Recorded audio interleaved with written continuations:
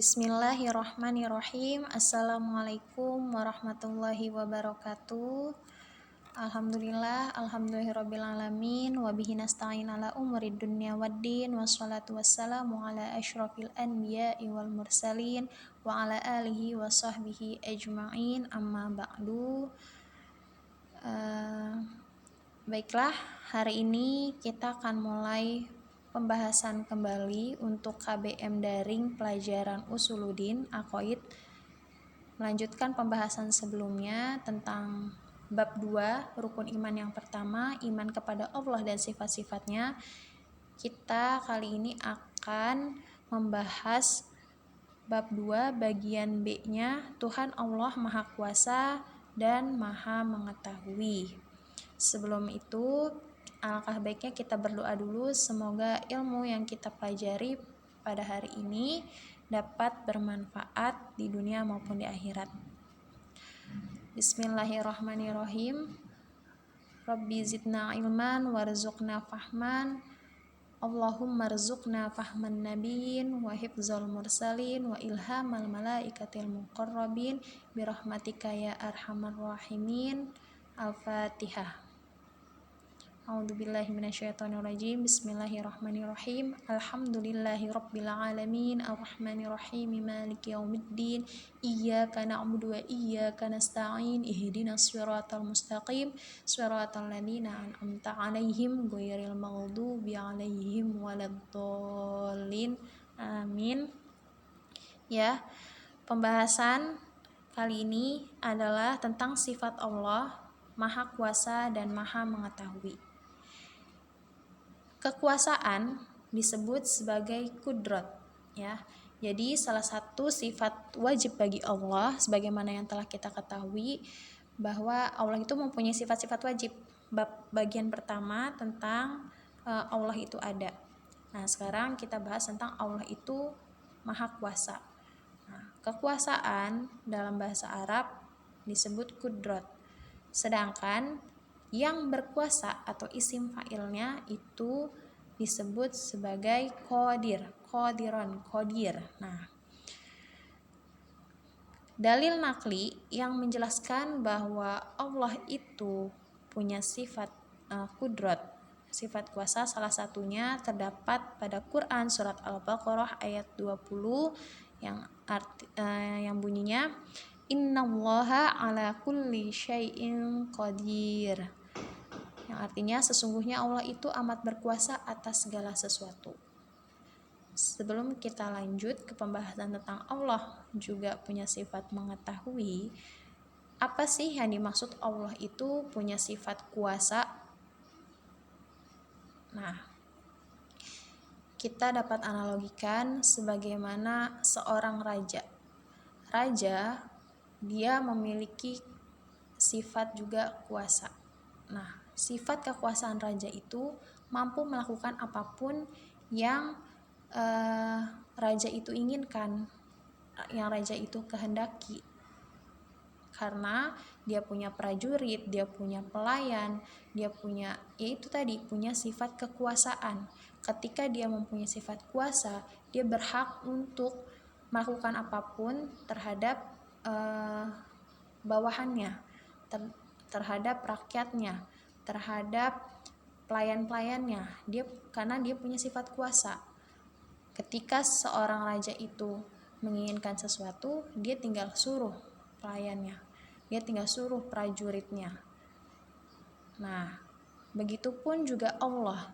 Allah memiliki sifat kuasa, paling kuasa, bahkan maha kuasa. Jadi jika makhluknya saja punya sifat kuasa, maka Allah punya lebih dari itu kekuasaannya. Apa sih yang dimaksud kekuasaan Allah? Yang dimaksud, kita bisa memperhatikan diri kita sendiri. Ketika makanan masuk ke dalam tubuh kita, kemudian terbagi ke tempat masing-masing dalam tubuh, ya, terus berubah menjadi daging, menjadi darah, ya kan, menjadi cairan dan segala macamnya, itu tidak mungkin terjadi tanpa ada kuasanya Allah, ada kekuasaan Allah di situ. Nah, terus kita perhatikan lagi peredaran tata surya, ya, bulan, bumi dengan matahari dan beberapa planet lainnya itu dapat teratur rapi. Nah, itu semua siapa yang menggerakkan? Siapa yang menjalankan? Siapa yang mengatur kalau bukan karena kekuasaannya Allah. Nah, oleh karena itu ketika kita berpikir bahwa Allah itu punya sifat kuasa, maka kita wajib mengimaninya. Kita wajib mempercayainya. Itulah bukti dalil aklinya. Nah, ketika kita menerima sebuah keterangan, ketika kita menerima sebuah penjelasan, apalagi itu hal yang menyangkut tentang akidah atau hukum-hukum syariat, kita harus tahu dua dalil, yaitu dalil nakli dan dalil akli. Ketika dalil nakli tentang sifat Allah Maha Kuasa adalah terdapat salah satunya dalam Quran surat Al-Baqarah ayat 20, dan dalil aklinya apa? Yang tadi barusan Ustazah jelaskan. Kita lihat ke sekeliling kita lihat diri kita sendiri, ya kan? Kita perhatikan biji-biji tumbuhan yang ditanam di dalam tanah, kemudian ketika dia disirami air, kemudian akhirnya dia berakar, tumbuh menjadi sebuah batang, daun, dan sebagainya. Itu semua adalah bukti kekuasaan Allah. Nah, jadi itu ya yang dimaksud Allah itu memiliki sifat kuasa. Kemudian selanjutnya pembahasan tentang Allah Maha Mengetahui. Ya, pengetahuan dalam bahasa Arab itu disebut ilmun, ya. Disebut ilmun yaitu pengetahuan. Sedangkan yang berpengetahuan atau orangnya atau isim fa'ilnya itu disebut sebagai alim, aliman. Nah, dalil nakli yang menyebutkan bahwa Allah memiliki sifat ilmun salah satunya terdapat pada Quran surat Al-Baqarah ayat 29 yang bunyinya wa huwa bikulli syai'in alim. Al-Baqarah ayat 29 yang artinya dan dia maha mengetahui segala sesuatu. Apa sih yang dimaksud Allah itu maha mengetahui? Nah, Allah maha mengetahui artinya Allah tahu semua yang terjadi di alam semesta ini, alam semesta dan seisinya ini, seluruh alam jagat raya ini, ya. Allah tahu semuanya. Tidak seperti manusia yang memiliki keterbatasan. Manusia nggak mungkin tahu tanpa dia harus melihat dulu, tanpa dia harus mendengar dulu, tanpa dia harus cari tahu dulu. Tapi kalau Allah tahu semuanya. Allah tahu apa yang ada di dalam benak hati manusia. Allah tahu hal-hal yang kita sembunyikan. Allah tahu semua hikmah di balik kejadian. Nah, itulah Allah punya sifat maha mengetahui. Buktinya apa kalau Allah itu maha mengetahui? Yaitu tadi, Allah tahu yang terbaik buat hambanya. Allah menitipkan hikmah di balik setiap kejadian yang terjadi pada makhluknya, ya. Bahkan sampai bencana yang menimpa manusia pun itu pasti ada hikmahnya. Allah titipkan hikmah di situ sebagai pelajaran bagi makhluknya. Nah, apalagi masalah-masalah hidup yang dihadapi manusia. Nah, manusia tidak akan pernah luput dari sebuah masalah. Masalah itu bisa berarti bagi orang yang beriman adalah ujian. Nah, ujiannya itu adalah untuk mengetahui hikmah di balik itu sebagai pelajaran. Nah, jadi itu yang dimaksud bahwa Allah maha mengetahui. Buktinya lagi apa? Buktinya Allah dapat membalas semua perbuatan makhluknya, khususnya manusia. Ketika kita berbuat baik, insya Allah akan mudahkan jalan kita untuk menuju kebaikan itu. Allah mudahkan harapan kita, doa-doa kita. Ketika seorang hamba itu berbuat hal yang buruk, pasti akan ada saja kesulitan yang dia hadapi. Pasti akan ada aja hukuman atau balasan dari perbuatannya itu. Fajaza'u sayyi'atin sayyi'atun misluha. Ketika seorang berbuat kejahatan, maka dia akan mendapatkan kejahatan yang serupa. Nah, makanya kita harus berhati-hati dalam bersikap, karena Allah Maha mengetahui.